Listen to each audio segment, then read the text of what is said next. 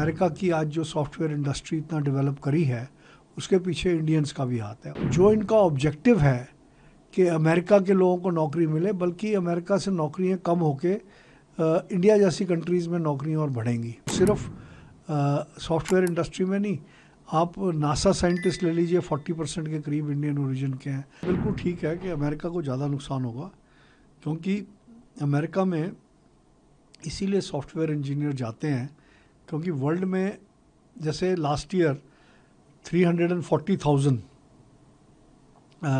H1B visas issue हुए, जिसमें से 74.5% जो थे वो इंडियन लोगों को इशू हुए। आप देखिए सिलिकॉन वैली में, चाहे वो IBM है, चाहे वो फेसबुक है, चाहे वो ओरेकल है, चाहे वो एक्सचेंचर है, कोई भी कंपनी है, उसमें 40% के करीब people of Indian origin are there. क्योंकि इंडियन सॉफ्टवेयर साइंटिस्ट जो हैं इस टाइम वर्ल्ड में रिनाउंड है, और जितनी मैन पावर और यंग मैन पावर इंडिया में है वर्ल्ड में कहीं नहीं है। तो इसलिए अमेरिका की आज जो सॉफ्टवेयर इंडस्ट्री इतना डेवलप करी है उसके पीछे इंडियंस का भी हाथ है। और सिर्फ सॉफ्टवेयर इंडस्ट्री में नहीं, आप नासा साइंटिस्ट ले लीजिए, 40% के करीब इंडियन ओरिजिन के हैं। जो इनका ऑब्जेक्टिव है कि अमेरिका के लोगों को नौकरी मिले, बल्कि अमेरिका से नौकरियां कम होके इंडिया जैसी कंट्रीज़ में नौकरियां और बढ़ेंगी। सर, इसको लेकर राहुल गांधी पास 71% H1B वीज़ा हैं। ट्रंप का 90 लाख रुपए का शुल्क उन्हें सबसे ज़्यादा प्रभावित करता है। उन्होंने कहा Rahul Gandhi says India has a weak PM.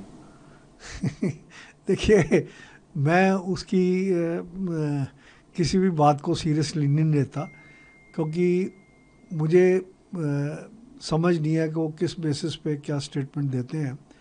But जो अमिताभ कांत ने बात कही है और जो पूरी वर्ल्ड के इकोनॉमिस्ट कह रहे हैं वो ये है कि इसे लॉन्ग टर्म में हमें फ़ायदा होगा।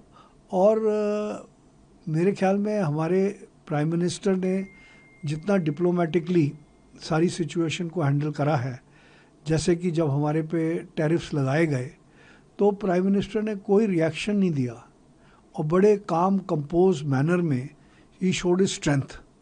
और उन्होंने हमारी कंट्री ने UK के साथ FTA कर लिया और बाकी कंट्रीज़ साउथ अमेरिका में FTA कर लिया। तो मतलब ये है कि हमारे पास ऑल्टरनेटिव्स हैं।